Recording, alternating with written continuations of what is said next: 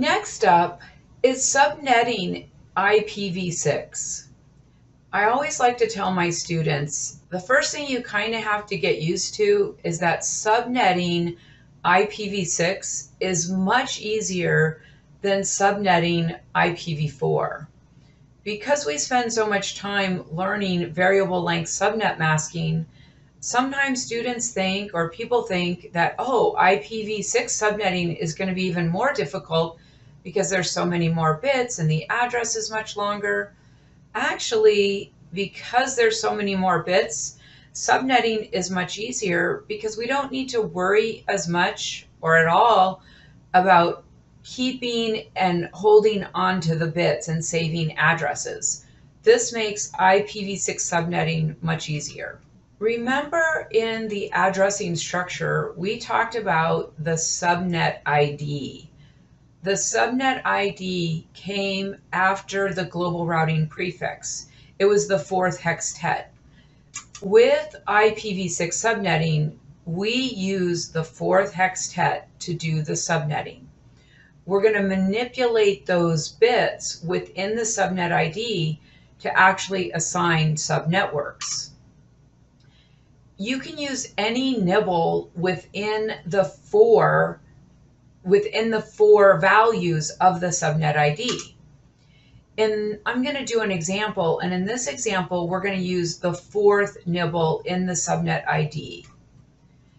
Typically, wherever you work, if they're using IPv6, they're going to have their own IPv6 addressing structure, and you would just follow that. Here's our example address. Notice that we have a /48, and that's because the first 48 bits is the global routing prefix, and we're going to assume that that was provided to us from our provider, our ISP. Here in Arizona, two popular companies are CenturyLink and Cox. So maybe CenturyLink provided this to us. Now I'm going to use this fourth hextet to do my subnetting, and I'm going to use all four of these nibbles, so all 16 bits, and that's going to make it so that I have a /64. I'm going to start by using the 0, because remember, 0 is a hex value. And in this example, we're using the fourth nibble. So if I'm looking at the fourth hextet, and then this right here would be my fourth nibble. Now in this network, it looks like I have a lot of different subnets. So maybe I am a large company with lots of different departments. Each department needs to have its own network address. The first subnet is going to be 0, 0, 0, 0. Now this is a 64 because remember, this hextet is 16 bits. The next hextet takes me to 32 bits. The third hextet takes me to 48 bits. Now I'm using the entire fourth hextet, which is another 16 bits. 48 plus 16 equals 64. That's how we arrive at the 64 bits. An IPv6 address is a total of 128 bits. What that means is I still have a whole nother 64 bits left for the unique IP addressing of all my hosts and end devices. Now I want to figure out the next network. I'm just going to increment it by 1. And then the next network, 2, 3, 4, 5, 6, 7, 8, 9. The number 10 is represented by A. The number 11 is represented by B. The number 12 is represented by C. And I can just keep going. And then if I have more than 16 networks, I can jump over and I can start using the third nibble. I could say 1, 1, 1, 2, 1, 3, 1, 4. The good news about IPv6, I can really do whatever I want to make the subnet ID unique from another subnet ID, as long as I'm following whatever my company's policies are for addressing. This is why I say that subnetting IPv6 is much simpler. I could also have used the first nibble, 1,000, 2,000, 3,000, 4,000. I can really do whatever I want. And then notice through here, if I were to go all the way to the bottom and use every single combination, the last one would be F, F, F, F. This is what makes subnetting so easy with IPv6. Let's see how this would play out in an actual network. Here's our same addresses that we just configured. We started out with the 2001 0db8 ACAD /48, and then I did my subnetting. I used the 0 in the fourth nibble and then the 1. So here's my first network. And so I'm going to give this network the address of 2001 0db8 ACAD 0001. Now remember, this is a network address. It cannot be assigned to an end device, an interface, or a host. Let's look at the address right here. We can see that PC1 has been given the address of .10. So what is it? It's 2001 0db8 ACAD 0001 00000000000000000 till I get to the 8th hextet, and it's going to be 0010. That's what it would be. So we would just give it a unique IPv6 address. Notice that the G00 interface, which is my default gateway, is being given the first usable address, just the same way we would with IPv4. I give each end device a unique IPv6 address. A good rule of thumb is to assign the first address, the first usable address, to your default gateway. If we keep going, here's our next network address. Remember, my WAN links, that needs to have its own network address.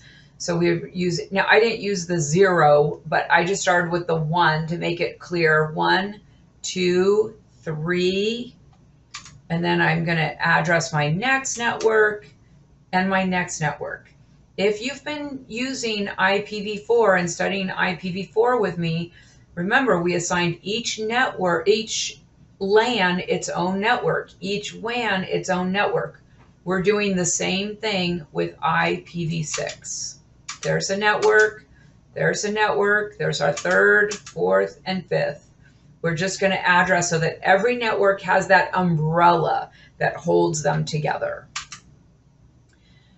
What would the IPv6 address configuration look like? Setting the default gateway. So we're going to set the default gateway, right? And here's what this would look like. On interface G00, IPv6 address, 2001 DB8 ACAD. There's my network, the 1:::1. That is my first usable address. And then on my next network, IPv6 address 2001 DB8 ACAD 2, that represents the network, : 1. And now I've got my default gateway set. And then on my interface, for my serial interface, 2001 DB8 ACAD 3, that's representing the network, : 1. The other serial link would be : 2. That's all for IPv6 subnetting. I'm going to go ahead and I'm going to do an example of IPv6 subnetting.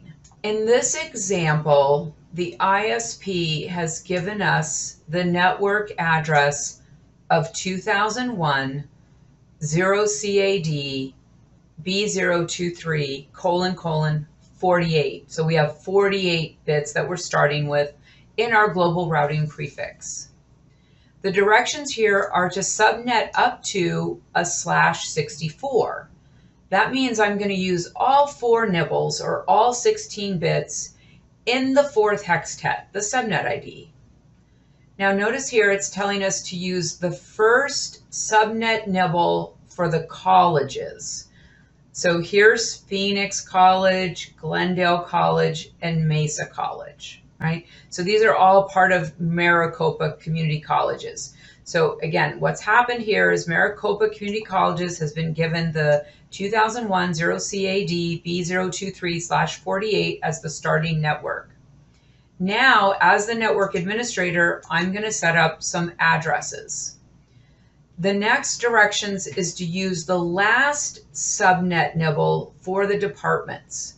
All right, so Phoenix College. Now, I'm just going to use simple addressing, okay? And I'll use the letters for the colleges. It's going to look like this. So 2001 CAD, I'm going to go ahead and use compression here.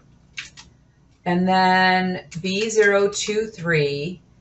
Now it's said to use the first subnet nibble for the colleges. So I'm going to give Phoenix College A. Okay, so Phoenix College is going to get A. And now this is going to be a /52. Why is it a /52? The reason is because right now I'm just figuring out the network address for the colleges. I haven't yet broken them down into different departments. So 2001, that's 16 bits.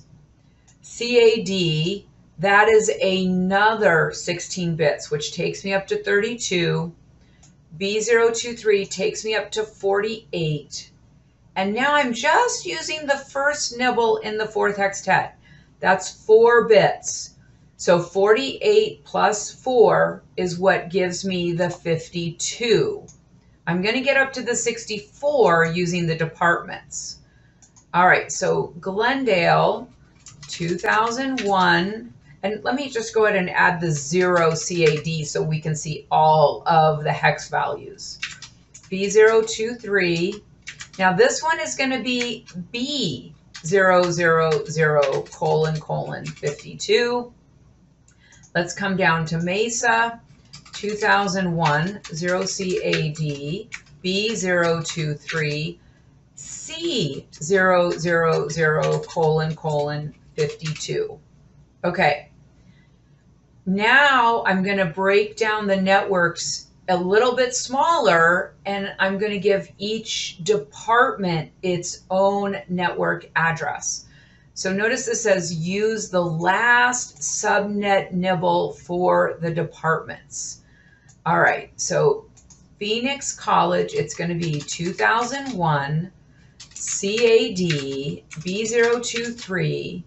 Now the network piece of it is the same. So the A is the same because Phoenix College, all of these college departments belong to the same network, but we want to give them their own granularity so that all of the end devices in administration belong to one network. All of the end devices in the IT department belong to the same network. College enrollment to the same network. So here's what I'm going to do. A001::64. So now I have used all 4 hex values. So I have now got myself up to the 64. 16 plus 16 is 32, plus another 16 is 48, plus another 16 bits, that is 64. All right, so I'm going to just do a little shortcut here. Oops, I don't like that. 2001 0CAD B023 A002::64. 2001 0CAD B023 A003::64. Now let me just go ahead and do what the address would be. Okay, so this is me looking at an end device and assuming that I'm going to do static addressing instead of auto configuration and dynamic addressing. So the whole first part, remember, is the route, is the global routing prefix plus the subnet ID. So all of this part stays the same because remember, all of these PCs belong to the same network. So this would be 0CAD B023 A001. Now I'm going to go colon, colon, and I'm just going to say like 10/64. If we go back to how many hextets there are, 1, 2, 3, 4, I see 5 hextets. That means this double colon represents 3 sets of zeros, okay? So that would be an IP address for the Phoenix College administrators. What could be an IP address for the Phoenix College IT department? 2001, let's see, A002, because it needs to belong to the IT department, colon, colon, and again, I can say whatever I want. I'm going to say A/64, okay, because I'm statically assigning it. And this is the unique host. This is an end device. So as long as it's a unique address, it'll go through. It'll be just fine. 2001 0CAD B023 A003, because this PC belongs to the enrollment office, colon, colon, and I'll just say the 10 again. Okay. The last 64 bits are all the unique IPv6 addresses. It's the unique host portion. Okay, so Glendale 2001 0CAD B023 B001 colon, colon, 64 2001 0CAD B023 B002. It needs to have a unique network. 2001 0CAD B023 B003. Okay, again, so notice here, this is Glendale College. All these departments belong to the B network, but each department has its own unique piece of the subnet ID so that they belong to their own LAN, their own network.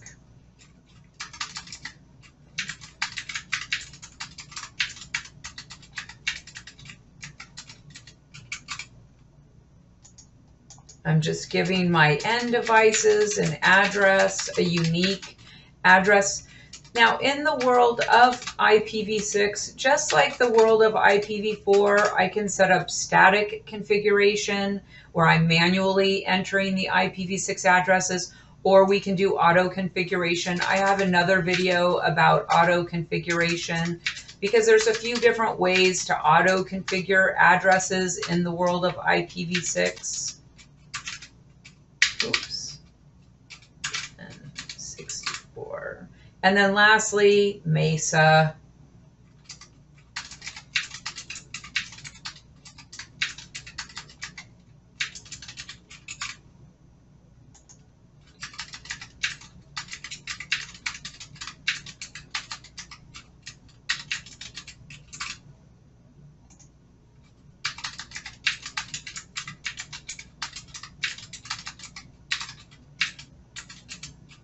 Okay, and again, it would be exactly the same. I'm just going to shorten this a little bit, right? And I would give it a unique address, but it's going to have this 2001. Let's see if I can copy this. There we go.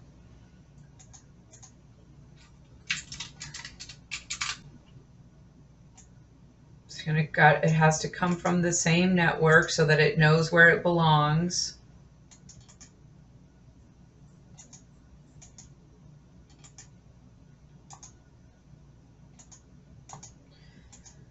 Seems like it's as fast to just type it.